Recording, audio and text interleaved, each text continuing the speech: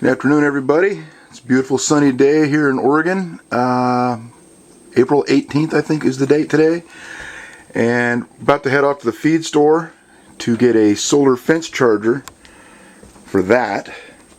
It's a poultry netting fence that we're going to make a new enclosure for the chickens. Well, and for the ducks too. They're getting pretty big. We had the ducks out here in this little enclosure the other day on Easter Sunday, and they really enjoyed it, so they're going to be coming out tonight too. I just wanted to do a quick property walk, property tour type deal, and talk to you about some of the plans we've got for the future.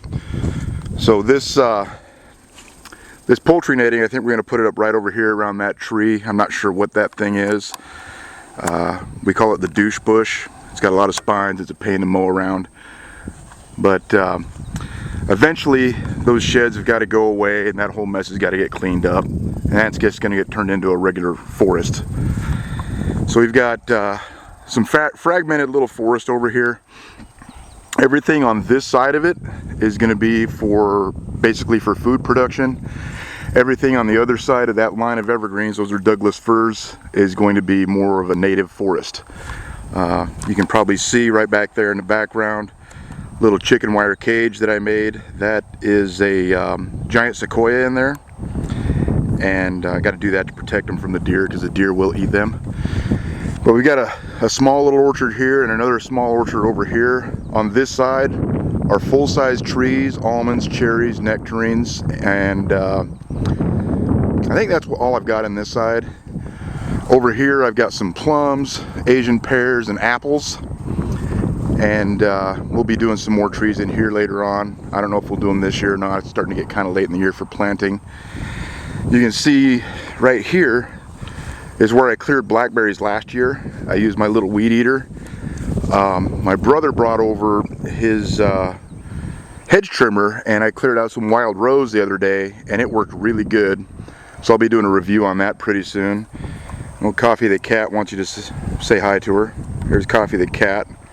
Rodent killer extraordinaire, best cat I ever had. But anyways, over here you can see where the chickens have been living, and this was never intended to be their home. It just kind of worked out that way. Life gets in the way. But this little coop, the door got frozen open this winter, and I lost 3 chickens to raccoons. So we're going to redesign the whole thing, and I'll show you what I'll do with this, because obviously that ground in there is sour from chickens being in there too long. But all this stuff's got to get cleared out, and I'll just move around real quickly. The size of this property is a little over 2 acres, just FYI. We got a couple of poplar trees here for a windbreak that my dad planted years ago.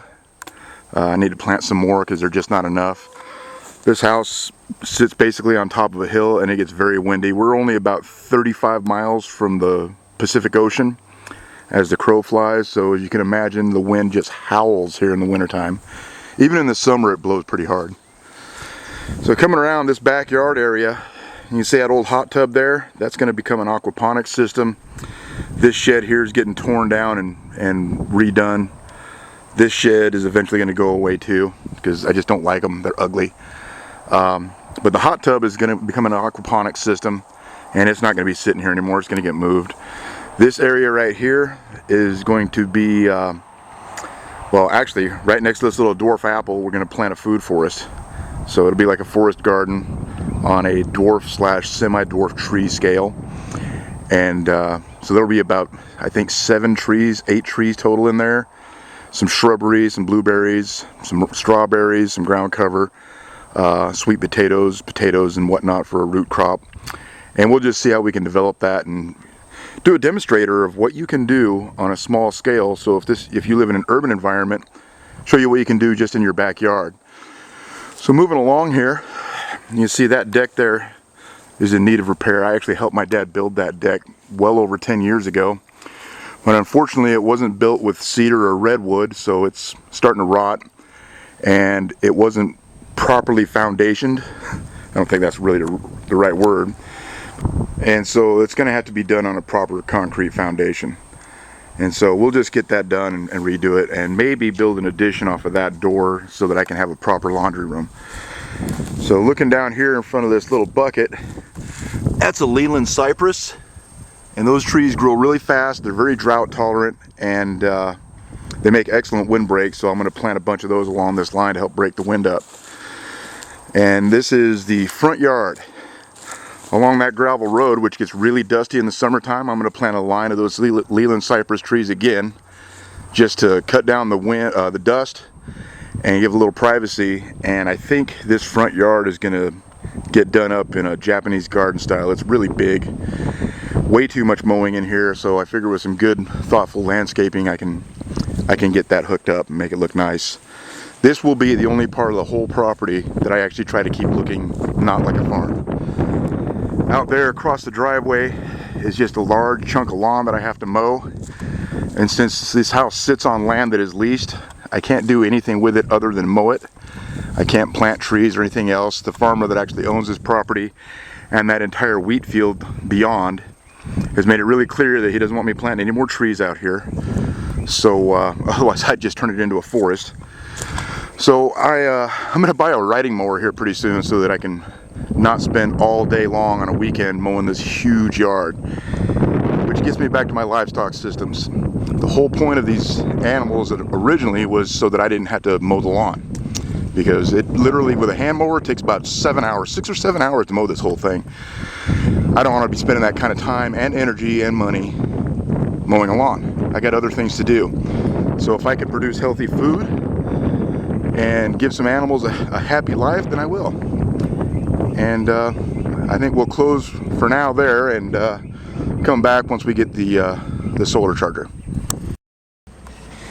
And here we are at our local feed store to get our goodies. And there it is, the Gallagher S16, 0.16 joules, solar powered. That's going to get her done. So we're back and getting ready to get the little electric fence going, but before I do that, I'll show you this. Right over there, that little fenced-in enclosure that I threw together the other day, just to let the ducklings get outside on pasture. Well, I put them in there right before I started unboxing this stuff, and within probably just a couple of minutes, they already snuck under the fence and wandered over here and then wandered right over here to where I was. Basically because they knew where they wanted to go, which is back there in that hot tub, which is where they are right now. You'll see them in there in just a second. They've already muddied the water up, which was totally clear, chasing the goldfish that were in there. Might have even eaten a couple of them. But here they are, just living it up. So I've had the charger here charging in the sun for about, I don't know, close to an hour now. And it's, when you get it out of the package, there's a couple of things you have to do. Right out of the gate, you have to pull that backside off and connect the battery. And then it was already charged, but I got it charging anyways. I'll go ahead and get the fence rolled out, get it all hooked up, and we'll see how it goes. Well, it's been nearly a week since I started this video segment, but I wanted to finish off and show you what the finished setup is. You can see the chickens are there doing their thing. And the fence is pretty easy to set up. It really makes like a 20 by 20 foot square. The new chicken housing thing will be coming up here pretty soon. So that will get back with you later.